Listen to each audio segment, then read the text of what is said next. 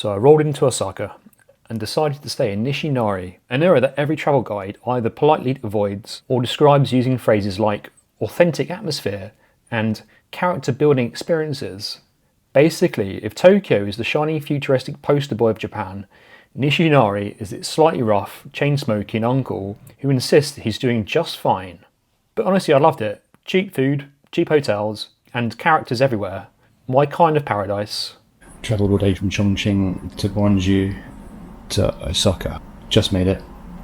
I'm gonna grab myself a can of strong zero, which is the traditional gaijin killer drink in Japan.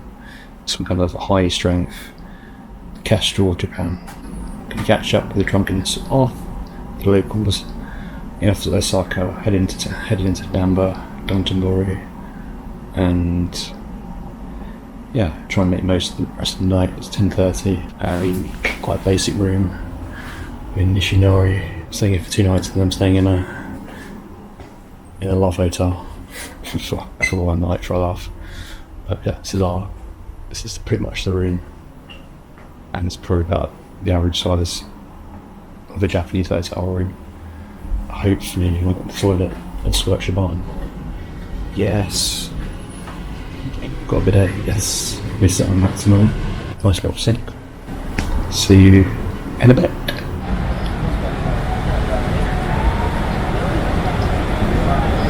My first night, I wandered over to Namba and Dotonbori for a couple of drinks, because when a giant plastic crab is waving at you, who are you to say no?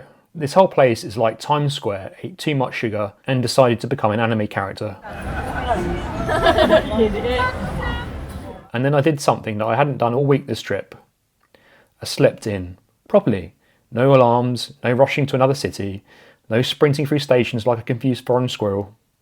Just pure, beautiful, horizontal bliss.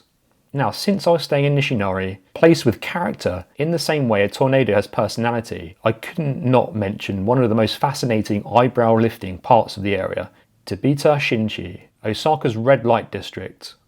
It's the largest red light district in Western Japan, but officially nothing illegal is happening there. It can't, because every building in Tobita Shinchi, legally speaking, is a restaurant. Yes, a restaurant. Let me explain this absolute masterpiece of Japanese legal gymnastics. Back in 1956, Japan banned prostitution under the anti-prostitution law, but, and this is key, the law banned the exchange of money for intercourse. It didn't ban hostess services, company, private conversations, romantic stair climbing sessions, so the long-established brothels of Tobita Shinchi simply rebranded. New signs, new paperwork, Japanese-style restaurants. Hundreds of them, all identical, all serving tea, all staffed by a young woman sitting at the front, accompanied by an older female mama, who definitely does not look like she's there to supervise tea quality. Officially, you walk in, you have a cup of tea with the lady, and then, if the vibe is right, you go upstairs and fall in love. Then you come back downstairs and pay for the very expensive tea you did not drink. Completely legal, perfectly normal, just 2 adults bonding over artisanal leaf water. It's the same logic behind pachinko. You're not gambling, you're exchanging tiny metal balls for a prize, which you can then exchange for money in a totally unrelated building. Japan is the world champion of loopholes. Nobody does polite hypocrisy better. And walking through Tobita Shinchi is surreal. All these perfectly identical tea restaurants lined up like a real-life gacha game of romance.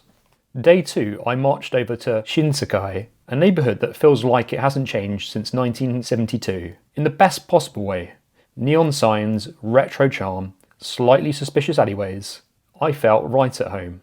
And then the takoyaki, not the touristy Dotonbori stuff where they hand you melting octopus balls that threaten to destroy your tongue. No, this is the real Nishinari Shinsekai deal. Crispy outside, fluffy inside, hotter than the sun, and hands down the tastiest thing I've had on this entire trip. I would happily fight a medium-sized bear for another portion. Tomorrow, I'm heading to Kifune in Kyoto, and if Nishinari was gritty urban chaos, Kifune is about to be full mystical wooden wizard energy. Stay tuned.